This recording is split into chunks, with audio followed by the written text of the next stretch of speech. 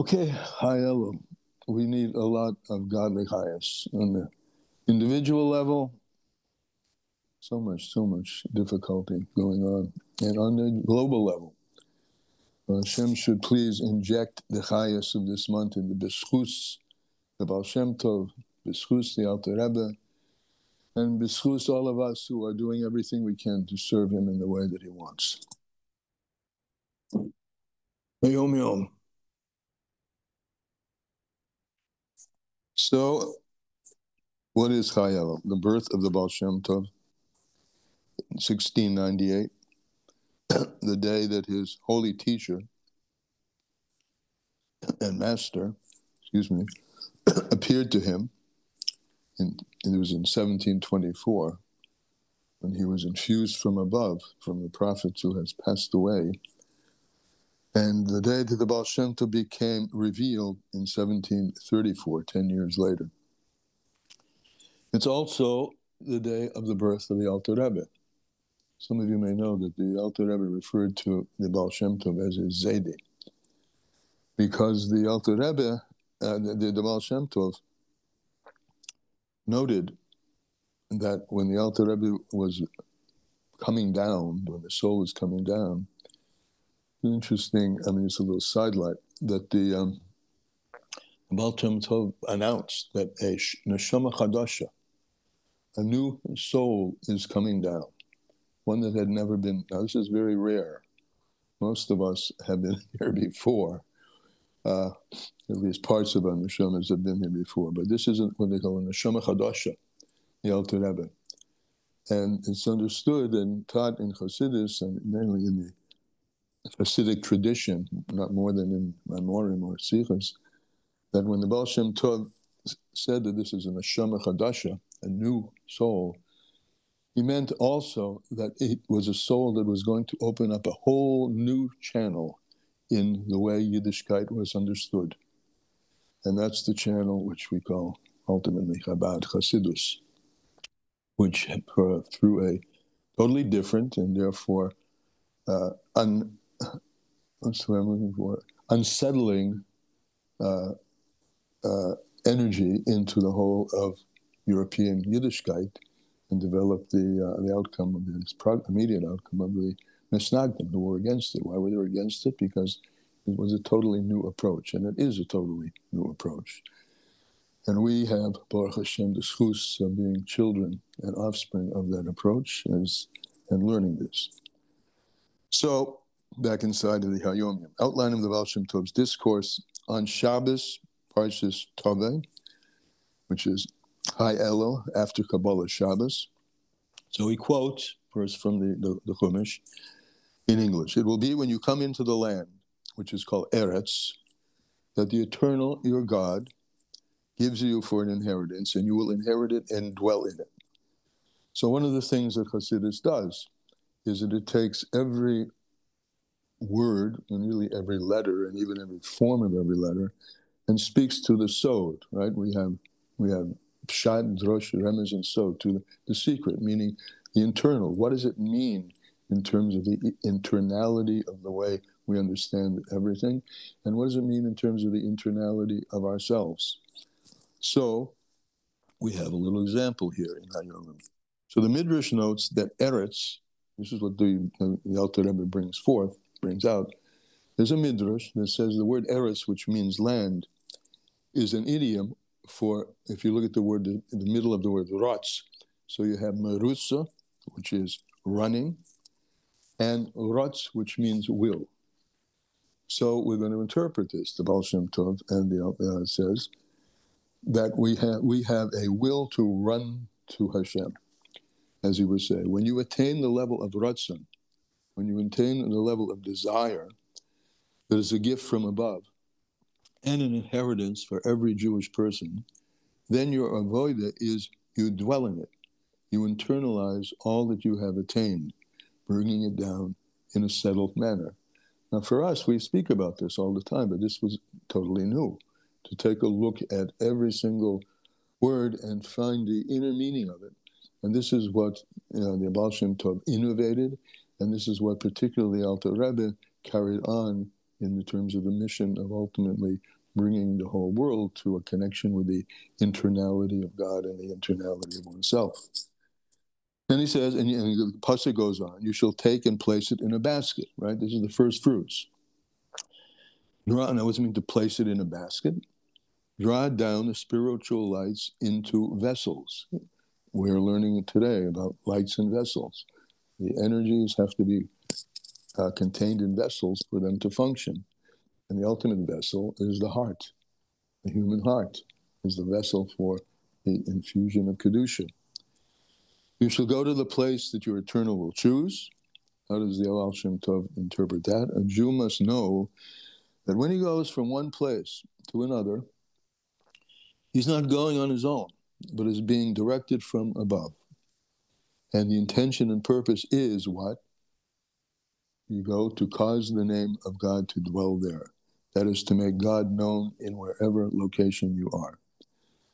After Ma'ariv, the Baal Shem Tov repeated the discourse, and he added, it will be, this is just quoting more words from the Chumash, it will be when you come, meaning for you, when you attain the level of desire, when you attain this level of ruts, of will, of desire for Hashem. So it's necessary that you should go to the place to cause his name to dwell there. You are to utterly dedicate yourself to making known there. This is what we call shlichus, introduced seminally by the Baal Shem Tov and developed primarily by the Hasidus Chabad. How does one make known God? How do you make known God's presence? With a brucha and a verse of Tillim. Brucha also, Baruch means to bend down, to bring down. All right, so let's get engaged in this, okay? Lessons in Tanya on Chai Elul, volume 4 in the little edition, on page 253. And in Ikuti Amorim,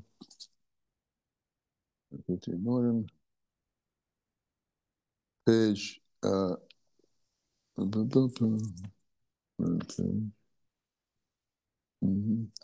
page Chuf Aleph, opposite page 240. It's near the bottom, 4 lines up from the bottom. 1, 2, 3, 4. Begins with Mahen. All right. In sum, yesterday we were taught 2 things.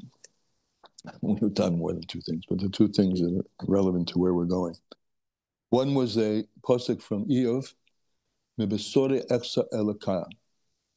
From myself, from my flesh, I can see godliness.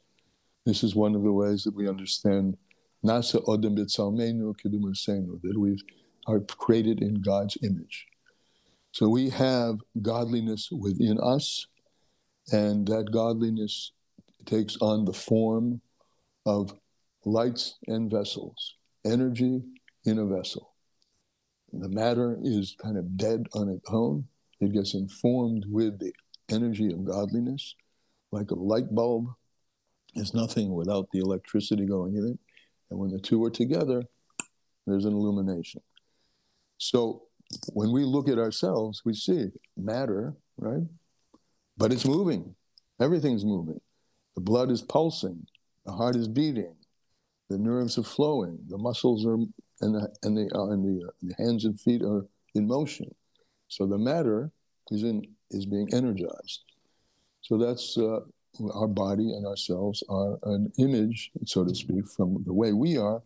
We can extrapolate to God because we're created in our image. What we see in ourselves is what's going on with Him. That's one teaching.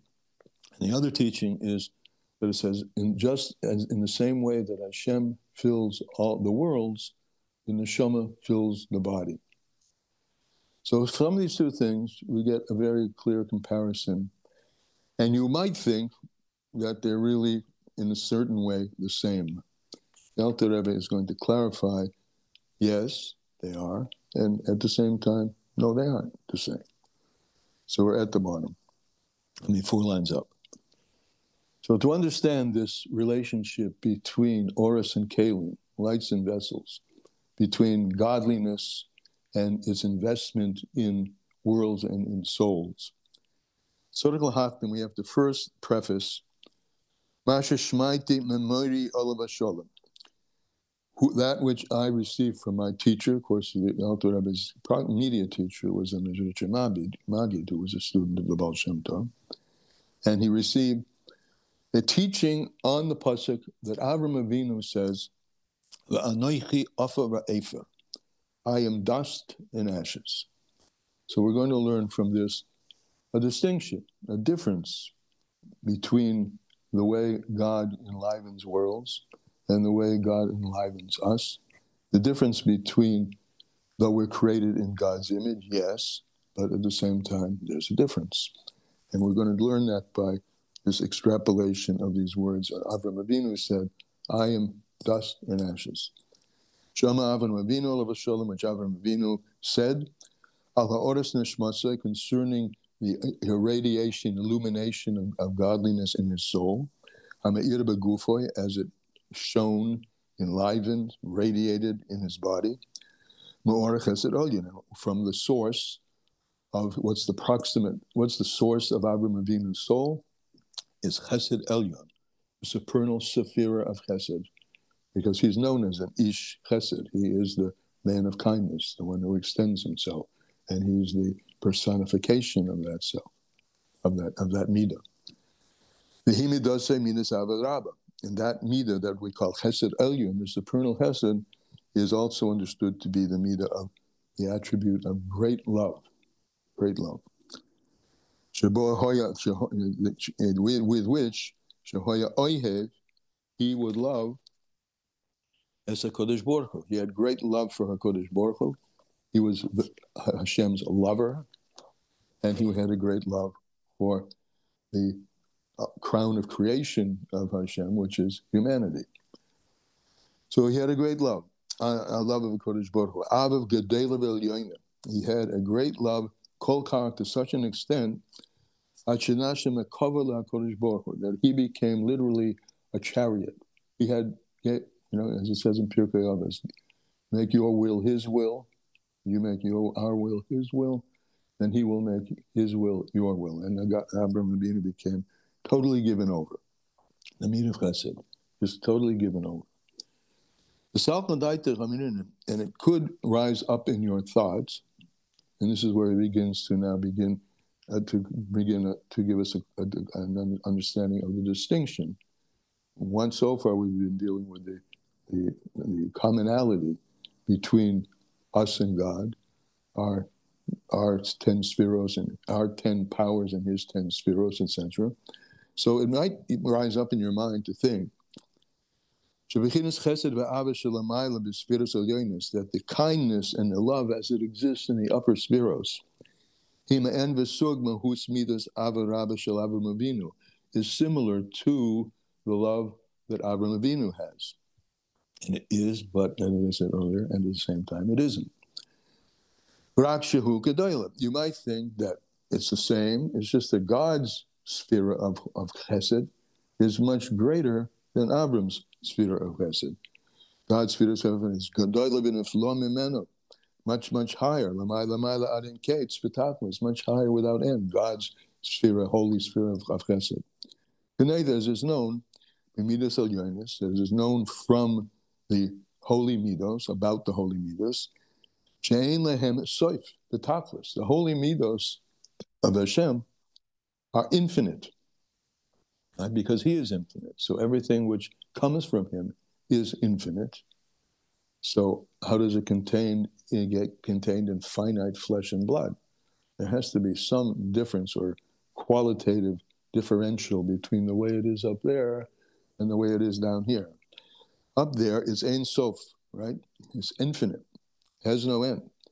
Mitzad Atzman, on its own. Ki or Ein Sof Baruch Hu Meir Umalubish B'Seicha Mamish, because when talking about the supernal spheros, and particularly Chesed, God's illumination, the light of the Ein Sof Baruch Hu, shines and is enclosed in them, mamish.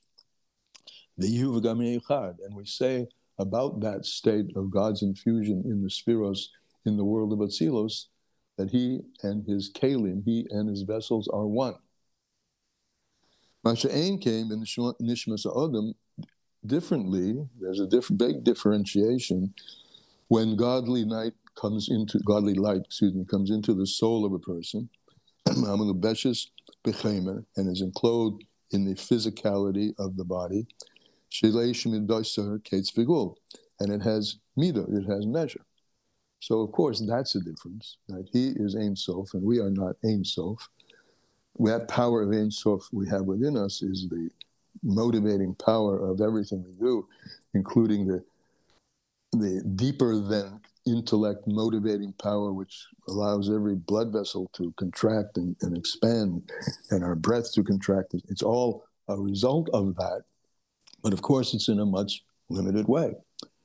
But nevertheless, you might think that's the only difference. It's just that it's more limited. You might think, you might think that the attributes that we have are something similar and in the same category of the midas olyonis, of the supernal midos. So here's the transition. So on this it said, we're going to learn, yes, they are, but no, they aren't. So on this it said, that's Avram Avinu enunciated in the few words that he said, I am dust and ashes, the difference. That's what he said, I am dust and ashes. Just like the ashes, which are left over after a fire burns a piece of wood, is the essence of the piece of wood. I mean, what makes wood called wood is the solidity of it. And the solidity of it remains after the water which is in it and the fire which is in it all are gone and rise up above. What's left is the ashes, the solidity of it. So that's what he said. I am dust and ashes. I'm just and he said it very humbly. I'm just the dust and ashes. I'm just the vestige, but the vestige is the wood, but it's the wood as it's afterwards burned. It's just like the ashes are the essence of the wood, right? The physicality, the materiality of the wood, anisruf, which is burned. Because the log, before it was burned, contained four fundamentals. Eish, ruach, mayim, the offered. It had fire, the potential for fire. It had ruach, it had air in it, right? You can't have fire without oxygen, ruach. Mayim, there's a certain dampness to the wood. And the offer, which is the woodiness of the wood before it was burned. However, we're given Yesodis, but the other three Yesodis, when you light it and burn it, Eish, Mayim, Ruach, Holfu, they are transformed. Beholku, and they leave the piece of wood. Bekula be'oshan, and they go up in smoke. Hamishaba me'amachovim kanoid, which the smoke contains air, right? And it contains the fire, which is going up, and the mayim, the water, which is evaporating from the wood. That all goes up. The Yesod Hadalid, and the fourth Yesod, which is the offer, the ash, Shahaya Be'etz, which was in the stick of wood, Shahua Ephod, which is the ash, Shaboy of the stick of wood, Hayored Lamata, that stays down below. So that's the first level of it. He's saying, I am dust and ashes. Yes, I have no life without the infusion of Elikus within me. But the way it is within me down here below is equivalent to the lowest part of the piece of wood, the most integral also part of the piece of wood, which is wood is the solidity. But when it burns up, what's left is just the ash down here below. And he said, I am dust and ashes. And there comes a point when the fire can no longer burn. It burns out. And all that's left is the dust and the ashes. The fire cannot burn it anymore. And what's left extant is the wood, is the ash. So all the essence of the piece of wood, and what made it what it is, and its physicality, and its form as a piece of wood, in length and width, and thickness, which appeared in a stick of wood, before it was burned, all of that, the piece of wood, the shape of the wood, is all from the dust, the ash, the woodiness, the simple woodiness. That's what gives the log the shape, not the water, not the fire, not the air. Rak, she'esh ma'im ruach, kalulim boy. When a piece of wood before it burns is their extent, the other three things are included within it. Because the ashiness of it, the simple materiality of it, is the most chumrious. It's the most coarse, makulim of all the other three. Right? Eish ruach mayim has much more delicacy to them. The piece of wood is mamush, a stick of wood. But it's the stick of wood which has length, width, and thickness. Differently, when we speak about the fire and the air, the gamamayim and also all the water, they're less important, because when you're presented with a piece of wood, it's the woodiness that you want. You're not even probably thinking about that there's fire, air, and air, etc. in it. All the width and length of that stick of wood, akol hayamina offer, is all from the ash, the dirt, the materiality. Kol shov el offer, and everything returns to the ash, right? The body itself. Is interesting, right? Subtle here. He doesn't really bring it out in comparison. When the soul leaves the body, and the body's flesh, the liquidity of the piece of flesh, right? Every piece of flesh has also within it the physicality of the piece of flesh, and the eish, which is the life force which is in it, and the air, which is the spirit which is within it, ruach meaning spirit, and the fire, which is eish, ruach, and mayim.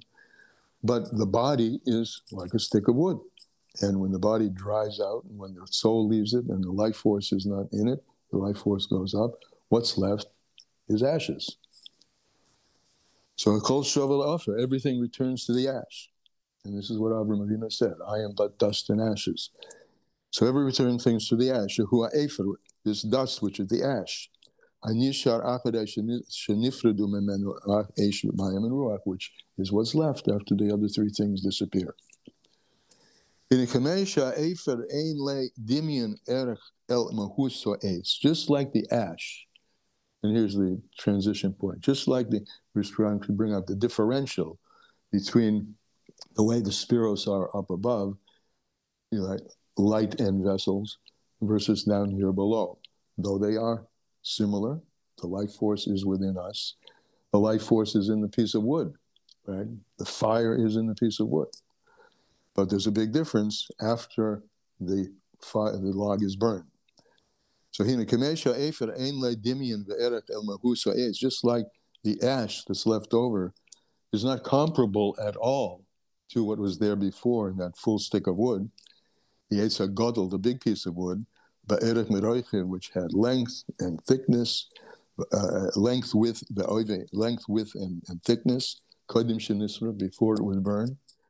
The ash that's left over doesn't bear any resemblance, neither in quality, in quantity, or in quality. Even though it is what makes the piece of wood the wood. It's the essence of the piece of wood. And it's from this that everything comes, that the fire comes. Without the wood, there's no fire.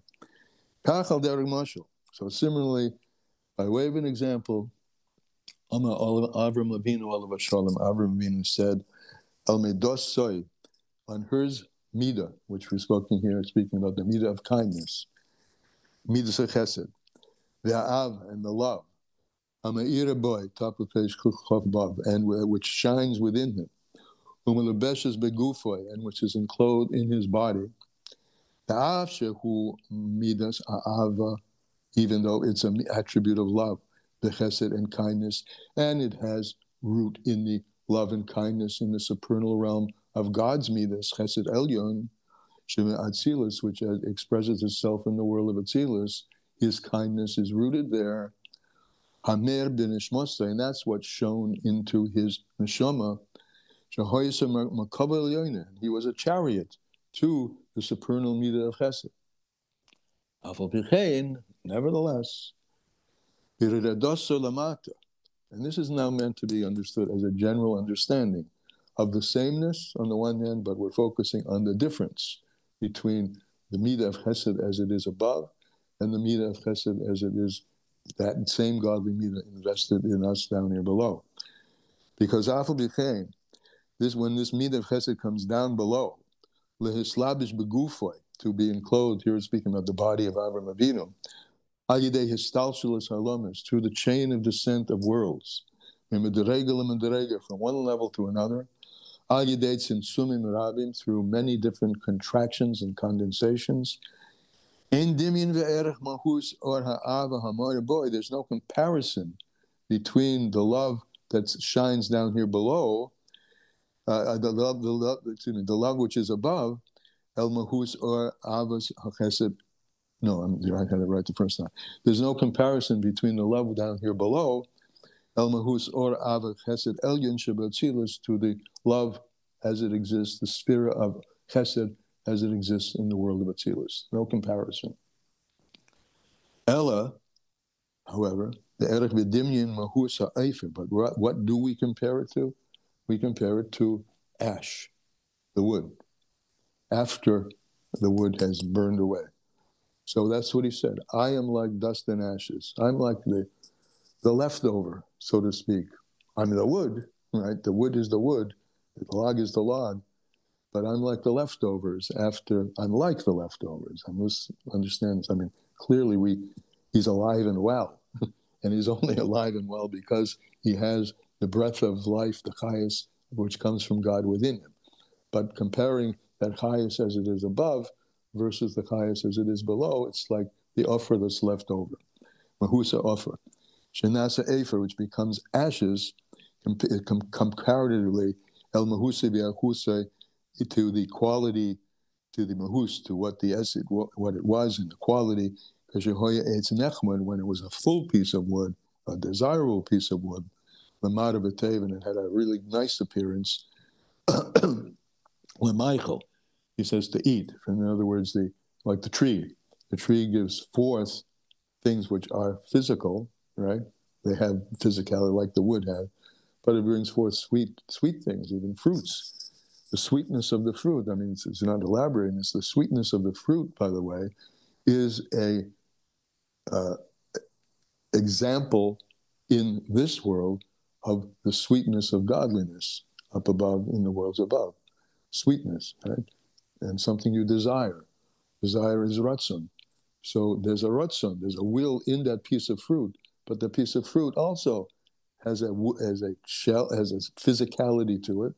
When you drain out, squeeze a lemon to make lemonade, what's left over? So it's just a similar mushal, the piece of fruit and the piece of wood. Al der mushal. And even more so, to make a separation of thousands of levels between the way we are down here below, enlivened, versus the way of lights in vessels, thousands upon thousands of distinctions of degree of smallness compared to the way it is up above in the world of Atzilus. So even though we're in a certain way denigrating, right, the state down here below, but we have we're using it in comparison to the way it is above. So it gives us meant to give us a much greater feeling for what it is up above.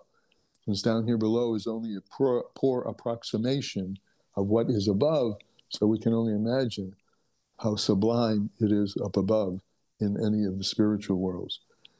And this became and what we just went through is a mashal. And the Torah speaks in the language of man, and mashal umalitza, by way of an example. So, of course, when Avram said, "I'm dust and ashes," he was alive, right? He wasn't a leftover burned out. He was alive. But his aliveness, compared to the aliveness up above, is like dust and ashes compared to the source. And that's today's Tanya. Godly and different.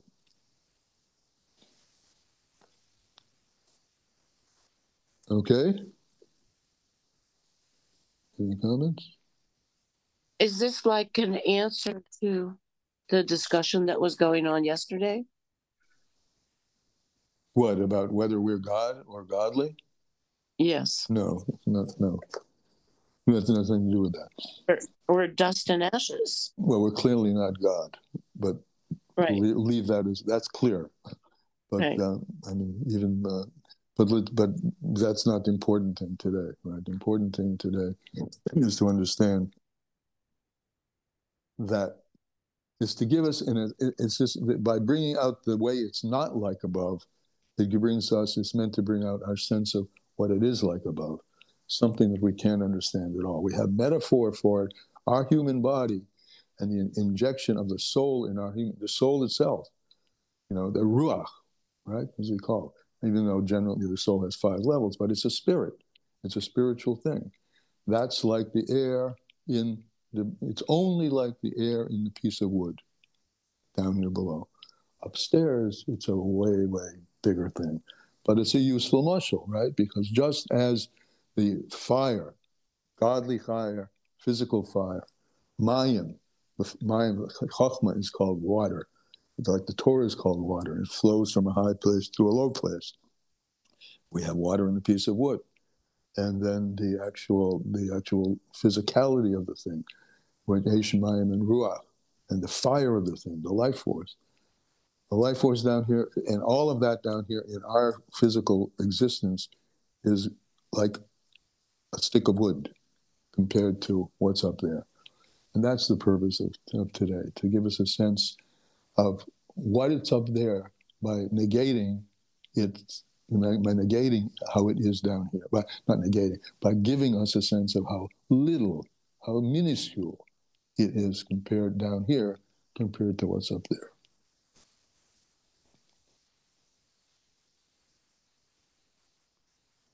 Now, I'm going to end with just flip it around. What's up there is the source of everything that's down here. And without that up there, I mean, we're not even a piece of wood. There's no matter whatsoever. So that's appreciation also that we need to take away from this, that how small we may be, we are able to be bigger than anything because we have godliness invested within us. So, so when we do tshuva and when we do tzedakah, then we connect even more to that godliness. We come closer to it, and, Yeah. and we have more potential, even though we're dust and ashes. And compared, we have that potential to act or enact and bring down. I don't want to say similar because he says he and his vessels are one. Right. So we have that capacity. Yes. To align ourselves in our little sparkly way. I don't know. Well said. In our little sparkly way. Exactly. Okay. Very good. Yes, we do. Not only to align ourselves, but to ingest and utilize what's given from above. I'm going to have to get off the phone now. Okay? Thank you very much.